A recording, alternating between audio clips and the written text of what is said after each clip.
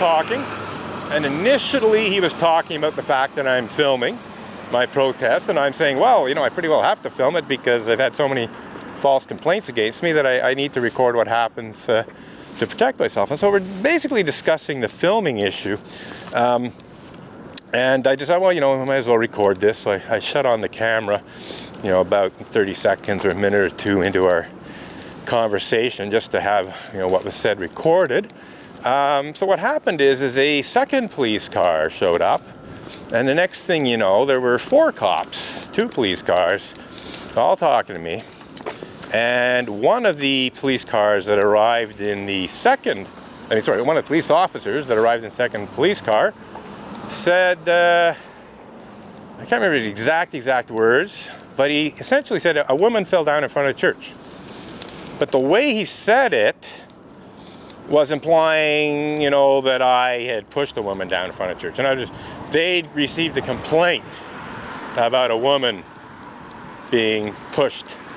Now, he didn't use the word push, I want to make that clear. He said fell down in front of her. But the implication was that I was responsible for this woman falling down in front of the church. That's why they were there. So I said, no, that didn't happen. So he comes back with, we have eyewitnesses. So now he's not only saying that, you know, a woman fell down in the church and I had something to do with it, but that they had eyewitnesses to that effect. I came back with, well, you know, you don't have eyewitnesses because you can't have eyewitnesses to something that didn't happen. And in fact, the exact opposite happened. What happened was I was knocked on my ass by Margot Ellis. So since you guys are here, I want you to go in the church and I want you to arrest Margot Ellis for assaulting me. And on top of that, I want you to arrest whoever called in this false complaint to the police for committing the criminal act of public mischief. Because making a false report to the police is a crime. It's, you know, it's calling in a false alarm. It's like calling in a false alarm to the fire department or anything else. It's a criminal act to falsely report a crime to the police. And it was very, very clear that somebody in the Unitarian Church of Montreal, most likely Margot Ellis herself, but if not Margot Ellis herself, well then an accomplice of Margot Ellis, you know, had phoned the SPVM and had falsely claimed that I'd assaulted someone. So the discussion continued. I actually encouraged the police to go in. It was clear that they were there to take a report against me. So I said, well, look, go in there, get your report, get the person to sign their name to it, you know, and then once they've done that, I'll have them charged with public mischief, you know, because it would be solid 100% proof evidence that a false report had been made. It would be all in writing. The person's name would be signed to it. They'd be not in a position afterwards to say, oh no, I never said that kind of thing. Well, no, you got a written police report here. You can't claim that you didn't say these things. So they did not do that. But what they did do is they took a report from me regarding Margot Ellis's assault on me, and they also, I think, if I remember correctly, did also take a complaint regarding the public mischief. But what they said was our detective is on maternity leave and there is no replacement for her right now. This may take a bit longer than normal to process. Might be a couple of weeks more than normal, you know. Or it might take, I can't remember if he said 2 weeks more normal or just 2 weeks, you know. I said, no worries, you know, no big rush on this. There's no big, huge emergency or anything. You know, I can wait, I'm patient. So I waited 2 weeks, I waited a month, didn't hear anything. Said, well, you know, what the hell, I can wait a bit longer. So I can't remember exactly how long I waited before I contacted the police because I'd heard nothing. But I think it was pretty darn close to 2 months. I said, okay, 2 months have gone by, I haven't heard anything, so I'm going to call the police and find out what's happening about that. So I phoned up and I got through to someone. I think it was just like the, you know, receptionist at the police station, Station 11. And I said, you know, this happened and a report was filled out. I'd just like to know what's happening with that. You know, supposedly supposed to be investigated by a detective. And they came back and they said, oh, nobody's been assigned to that yet kind of thing. Give it a bit more time. So I was ready to wait a bit longer. Well, in the time that I waited before getting back to the police, I think in June, so almost 6 months later, I'm trying to think now, this was like beginning of January. So yeah, it took literally months before I heard back from Station 11 regarding this event that took place in January. And it was from the detective who replaced the previous detective. And this detective basically blew the whole thing off. She said, I can't prove intent. I have to prove intent to obtain a conviction. So I'm not proceeding with this kind of thing. And she didn't even address the public mischief aspect of it, So she was dealing strictly with the assault on me by Margot Ellis, and basically begging off doing anything by claiming, she didn't have enough evidence to obtain a conviction for assault. Even though I had evidence, video evidence of Margot Ellis barging into me and knocking me off my ass. Even though there was another camera that recorded the incident up there. So the Unitarian Church of Montreal has its own surveillance camera that was installed just a few weeks or a month or two before that incident, most ironically. So there's two sources of video evidence available of the assault. Evidence which would have showed that I gave Margot Ellis plenty of room to pass me, and yet she barged right into me. Oh look, somebody tried to scuff the truth, as it were. See, this is the thing, Unitarian Universalists, one of their principles says they affirm and promote a free and responsible search for truth and meaning. That's in addition to the second principle. That's the fourth principle, a free and responsible search for truth and meaning.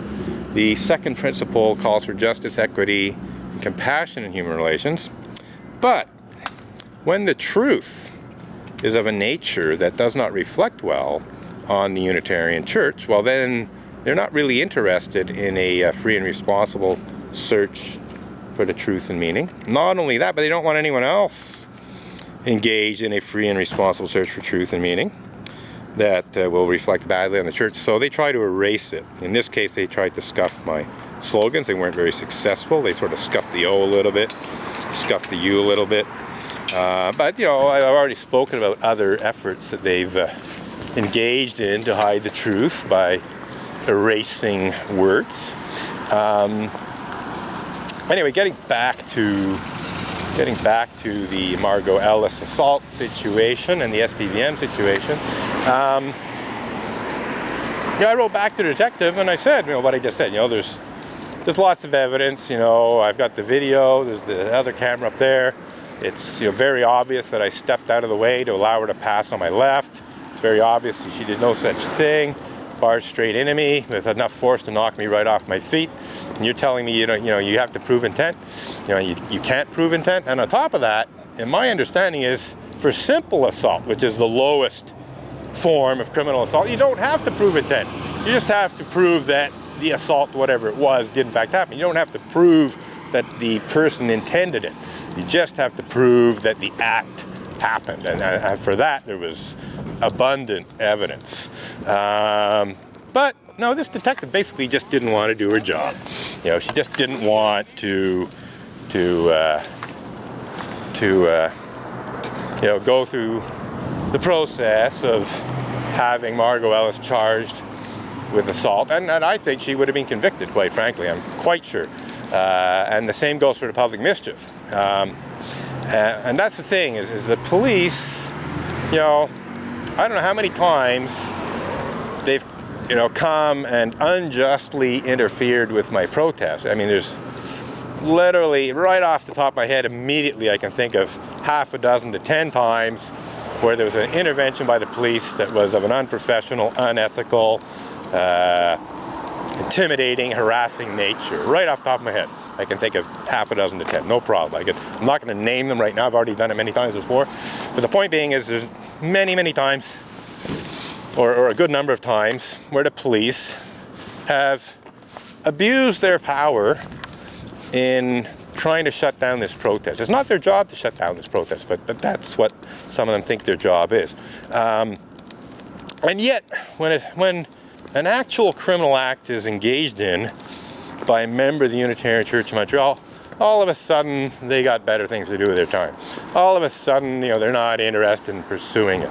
A bit of a double standard there.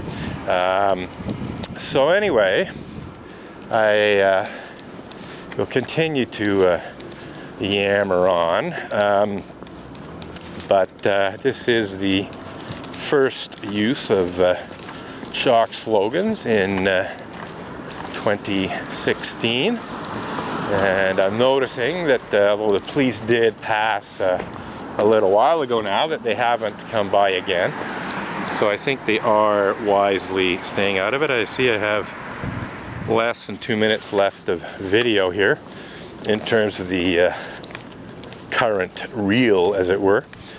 So I'm just going to let the reel run out, and then I'll maybe let the sensor cool down a bit, and then I'll start another reel.